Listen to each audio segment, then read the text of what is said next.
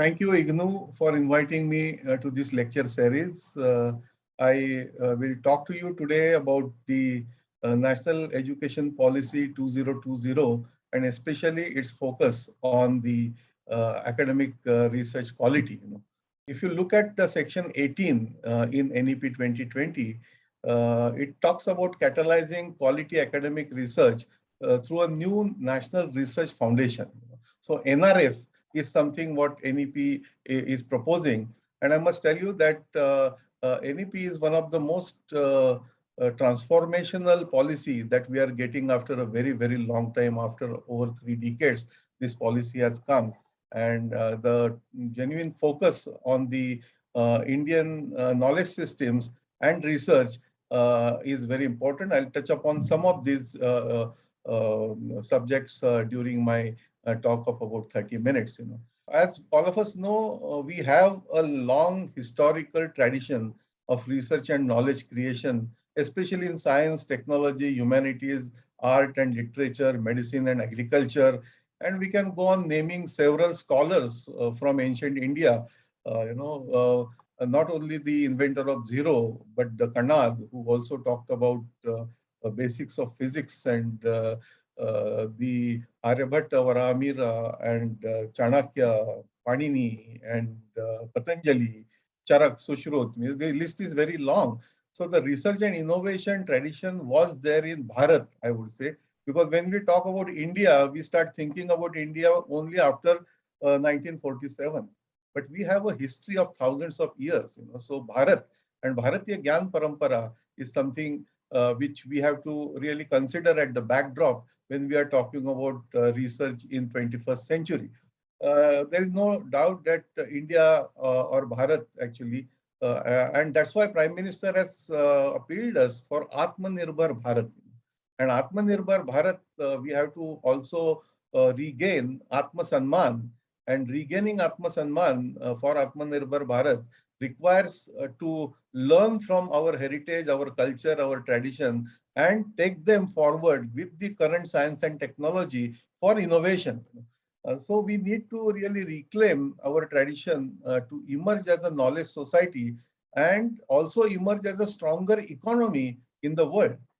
Because without research and innovation, this is not possible. A significant expansion of our research capacities and output across disciplines is very, very vital. For instance, if I may just quote, which is there in NEP 2020, it says that, or it's rather gives some figures, the research and innovation investment in India has been very, very small. For instance, just 0.69% of the GDP. And if you compare with the other countries, example, United States is about 2.8%, China is about 2.1%, Israel is about 4.3%, South Korea, a smaller country, much smaller country, is spending something like 4.2%, almost 3 to 4 times more than what we are spending.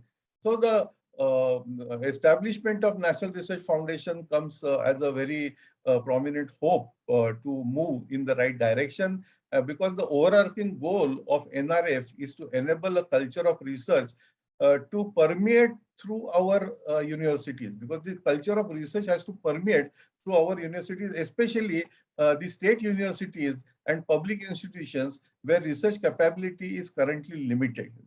And we have to provide a very reliable base of merit-based, at the same time, equitable peer review research funding to help develop this kind of a research culture in our institutions.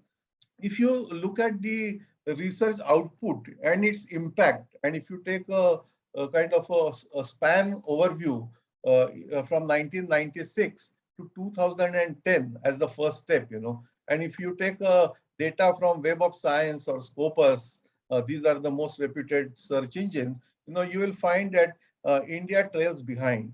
India trails behind even of smaller countries like Japan or United Kingdom or Germany. US, of course, is one of the top in the list, but India still trails even behind China.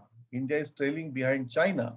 And this is something which we have to work on very, very seriously. I am a biomedical research scientist, and therefore my talk, I will be taking examples from biomedical research, But while I take examples of biomedical research, what I'm telling you is true to many other disciplines as well. For instance, if you compare countries like, say, India, America, China, and Germany, and biomedical research output, if you get data, which we call it as cytometric data from this scopus, still you will find that India trails behind. And while during last decade, I would say that the efforts from Indian scientific community are showing now internationally, and therefore our position is becoming stronger and stronger, still we have a long way to go. While we talk about research now, I will say something about what is the current status. If I take example of biomedical research, let me tell you that somehow in our country, at least, the research has been going on more on the lines of routine, if I may say so, because there is a very less component of originality and innovation. For example, in medical sciences, if you look at, what kind of original contributions have come from medical sciences from India, if we ask this question, we have to really search very hard. For instance, new molecules, new drugs, how many of them have come from India? The number may be very, very small as compared to many other countries, So this, at the same time, if we look at the potential and knowledge which we have is enormous, but somehow there is disconnect. We are looking at our own heritage just to take pride, and taking pride in past glory is important, but we should not really become kind of sitting back and we just saying that when somebody else invents something, we knew it and it is there in our old text. We should use our ancient knowledge as a knowledge resource and build on that new research, innovative research, and move on and show the world that this is what Bharatiya Gyan Parampara had, which world did not know. And now we are coming out with the new science and technology. In medicine, for instance, the plastic surgery, all of us know, is documented in Indian subcontinent. Even during British period, there has been systematic documentation when the community of Kumars used to do this plastic surgery very, very efficiently, especially the transplantation of nose, because during olden period, chopping of nose was considered as the dehumiliating punishment that was given at that time. So nose transplantation or implantation was very, very necessary. So there is a detailed process which is given.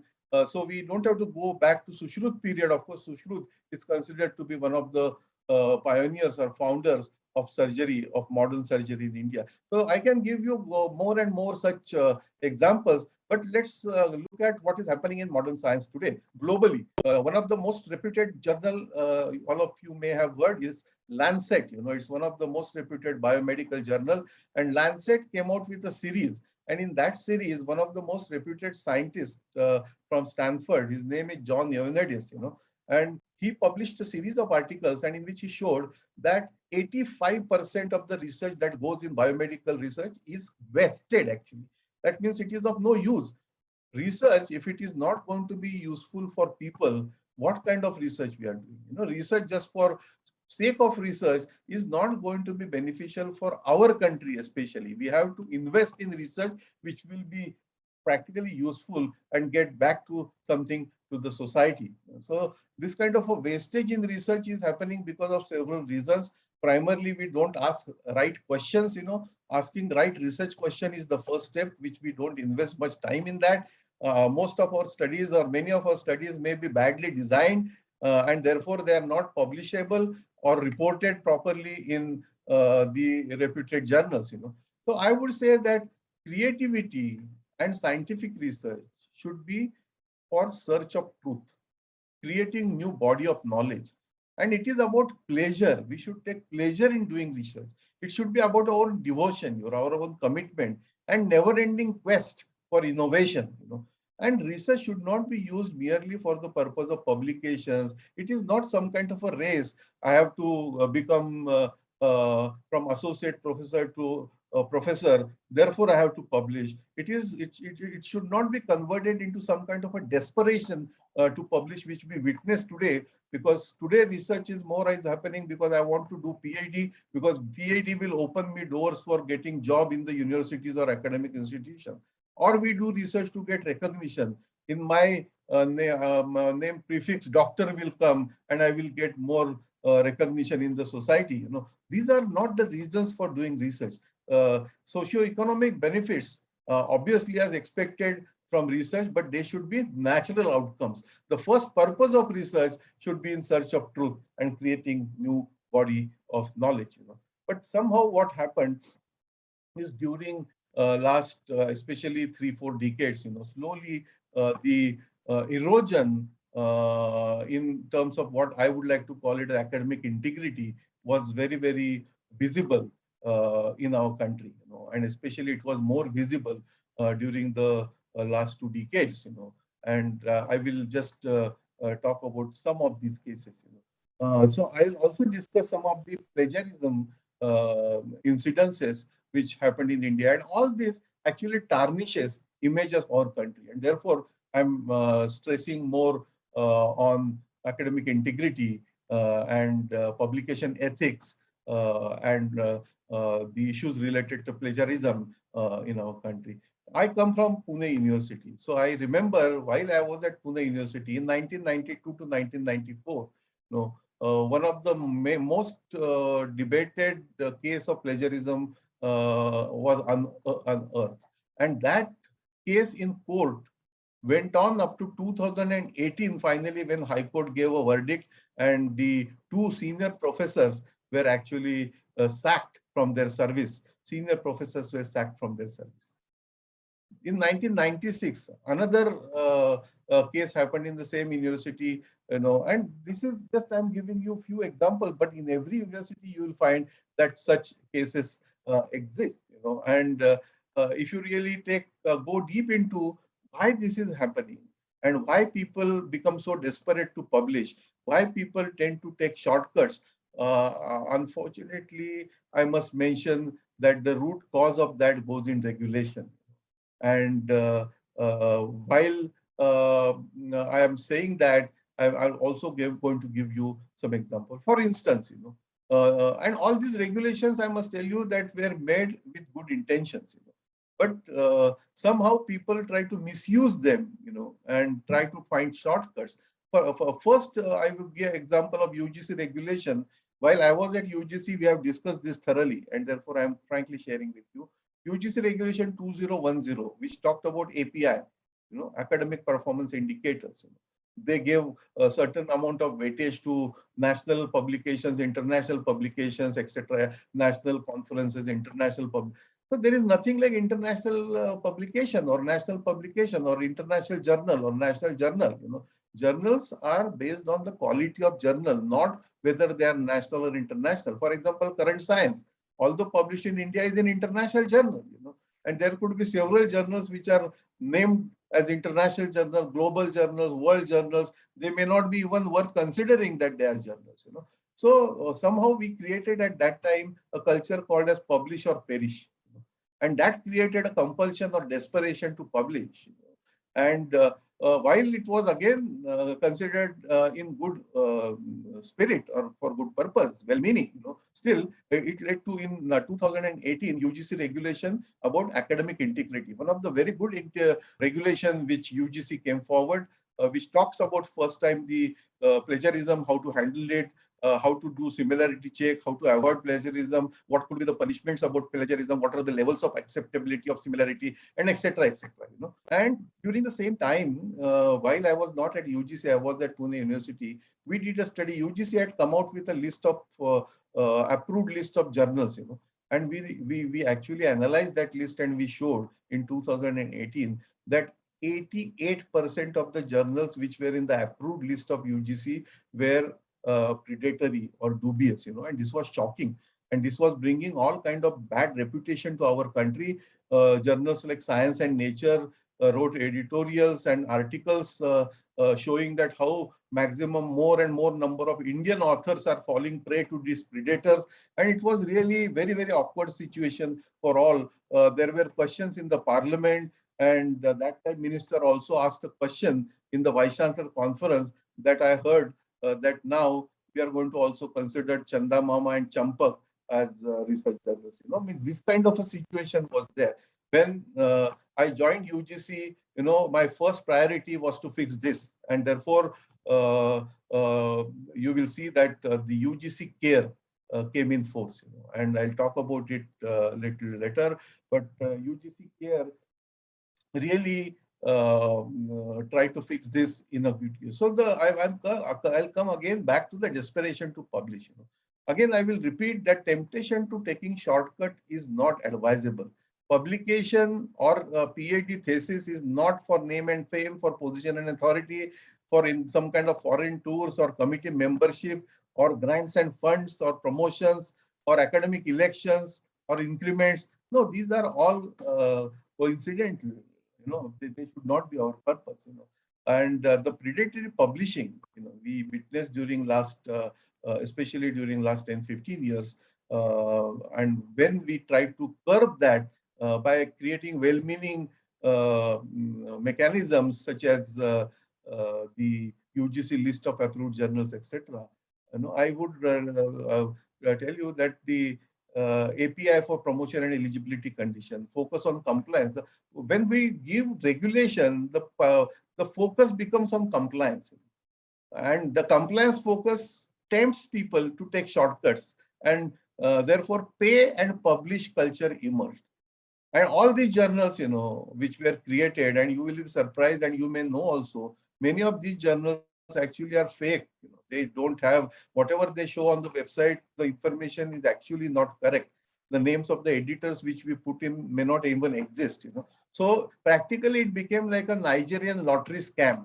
And all of a sudden, you also may have noticed, many of you may have noticed that during 2010-15, many of us started getting emails saying that we recognized your academic excellence and all, and so therefore you are requested to come on our editorial board. And name of these journals were very fancy: International Journal of XYZ, Global Journal, and all that kind of stuff. And many of us at that time have fallen prey to this kind of a gimmick.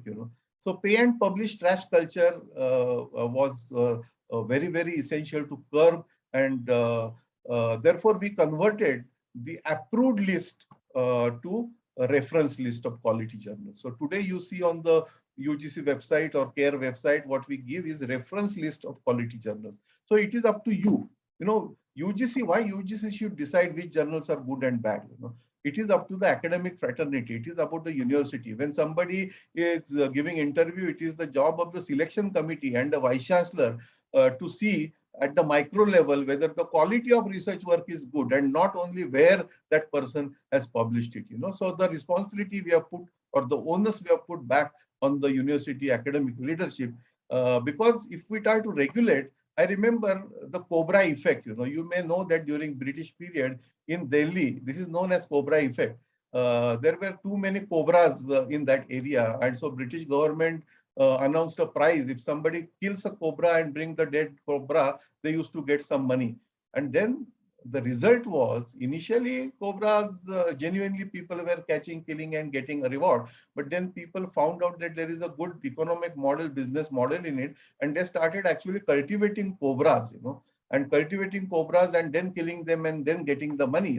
So this kind of a cultivating cobras, today the same model was used by predatory publishers. They came out with more and more such bad journals, and they tried to lure the academic community and actually sold these publications. And it went to such an extent that if somebody wants to improve API of last year, journals were ready. And even today, some of them are ready to improve your API by giving you backdated publications also. So we made a mockery of this scientific research and publications, and therefore academic misconduct became very, very important, handling that.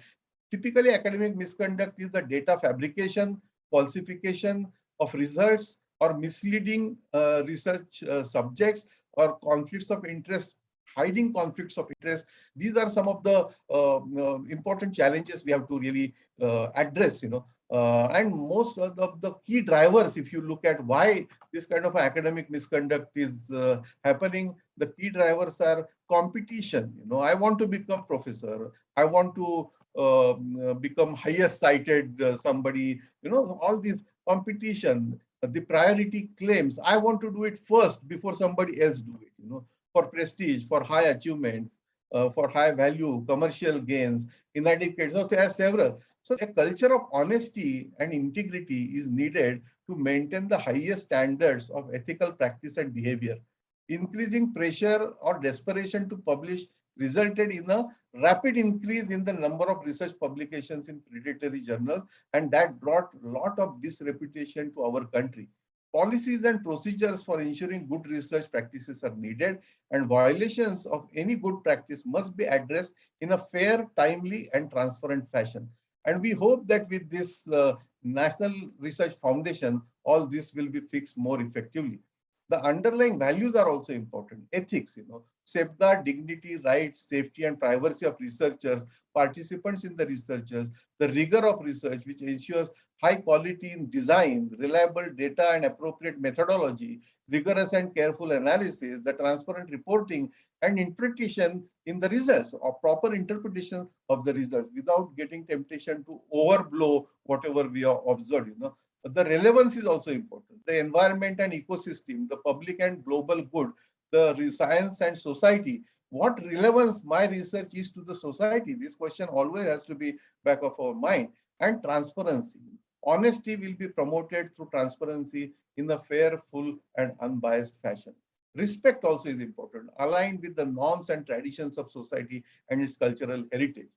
The independence, because we have to insulate research from the undue influence of funders. Just because somebody is funding doesn't mean that they should influence. And there are references even today that most of the clinical research which has happened, most of the time the results have gone in favor of the funders. So these are the issues, ethical issues, which we must address. Accountability becomes also important. Comply with relevant rules and procedures such as regulations of governing professional standards is also important.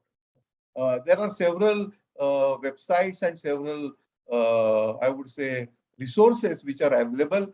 For example, Committee on Publication Ethics, commonly known as COPE, gives excellent resources for publication ethics. The publication misconduct, actually, as I told you, is fabrication, falsification, or plagiarism in proposing, performing, or reviewing research, or in reporting research results as well.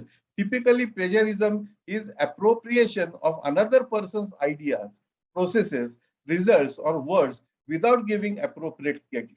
And now we are also hearing the terms like guest authors, host authors, gift authorship, conflicts of interest. All this comes under the publication ethics. Again, I'm not going to go in more details, but the predatory journal, I must give credit to Jeffrey Bial, with whom I had pleasure of interacting. Jeffrey Bial used to come out with a Bial's list of predatory journals, and I was part of an international exercise where we'll develop a definition of what predatory journal is, and our article was published in Nature main edition, and those who are interested can really refer to that article in Nature. So while on one side, during last decade, our image was tarnished in the international community regarding publication ethics, plagiarism, and academic misconduct in this decade, we have seen to it that through efforts like CARE, the international community has started looking at it more seriously and also appreciating, our efforts. But still, the cases continue. If you look at Retraction Watch, Retraction Watch has about 32,000 retractions. Remember, retraction meaning after you publish something, if somebody points out some deficiencies or some misconduct in your research, that article is withdrawn by the journal which has published it earlier. So retraction is most humiliating. And you will find that today in the database, 32,000 retraction exists. So you can imagine the extent of this academic integrity compromise, and out of these, about 211 are related to COVID. So just during last 2 years, 220 articles have been withdrawn, which are reported in Retraction Watch. I was very unhappy, actually hurt and saddened to also read one of the recent case which was published in Retraction Watch, in which a PhD student, remember, PhD student has written actually that I need a publication in order to submit my thesis. And for that purpose, the author has admitted stealing of a manuscript from somebody else's work. And all this was exposed by the Retraction Watch website, and you will find that data available at their website. While at UGC, we had to make one criminal complaint in Delhi police because one of the companies was actually selling PADs. And selling PADs means, unfortunately, they had made a PAD also.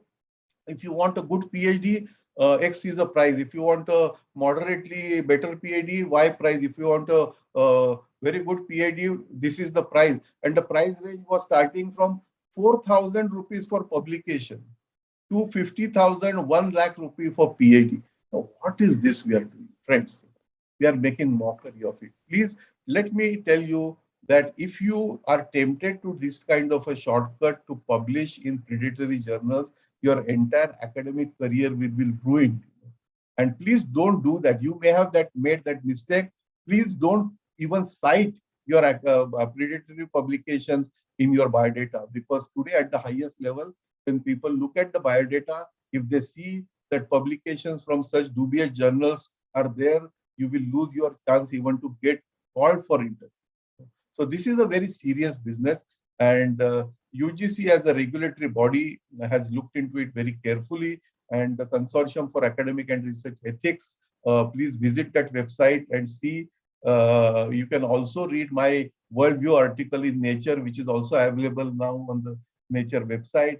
As UGC, we took what in management they call it as CAPA, CAPA, corrective and preventive action.